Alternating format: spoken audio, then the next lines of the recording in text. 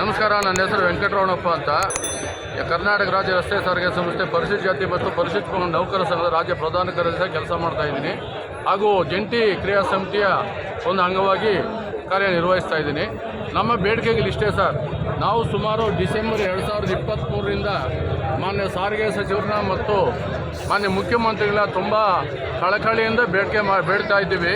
ನಮ್ಮ ಸಾರಿಗೆ ನೌಕರರ ಬೇಡಿಕೆಗೆಲ್ಲ ಈಡೇರಿಸಿದ್ದ ಸುಮಾರು ಪತ್ರ ವ್ಯವಹಾರಗಳು ಮಾಡಿದ್ವಿ.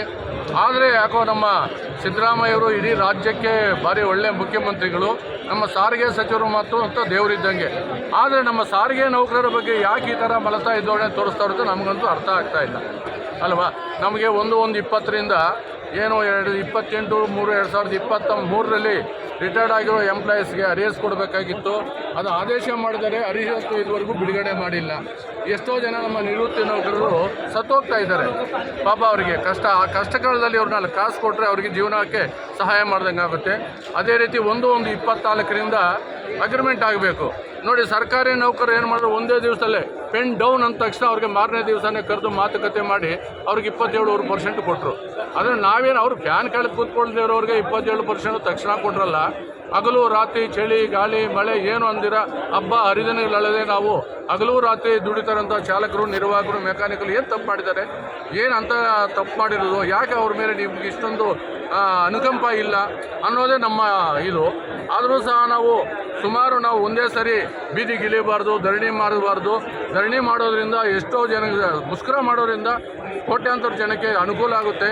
ಆಮೇಲೆ ಸಾರ್ವಜನಿಕರು ನಮ್ಮ ಮೇಲೆ ದೂರಣೆ ಮಾಡ್ತಾರೆ, ಏನಪ್ಪ ಇವ್ರು ಇದ್ದಕ್ಕಿದ್ದಂಗೆ ಸ್ಟ್ರೈಕ್ ಮಾಡ್ತಾವ್ರೆ ಅಂತ.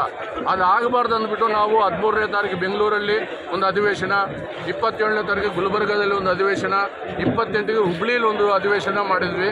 ಆದರೂ ಸಹ ಇಷ್ಟೆಲ್ಲ ಅಧಿವೇಶನಗಳು ಮಾಡಿದ್ರು ಸರ್ಕಾರಕ್ಕೆ ಅದು ಗಮನಕ್ಕೆ ಹೋಗಿದೆಯೋ ಇಲ್ಲೋ ಗೊತ್ತಿಲ್ಲ, ಹೋಗಿರ್ತದೆ. ಆದರೂ ಸಹ ನಮ್ಮನ್ನು ಕರೆದು ಮಾತಾಡಬೇಕು ಅಂತ ಒಂದು ಸೌಜನ್ಯತೆ ಅವ್ರಿಗಿಲ್ಲ.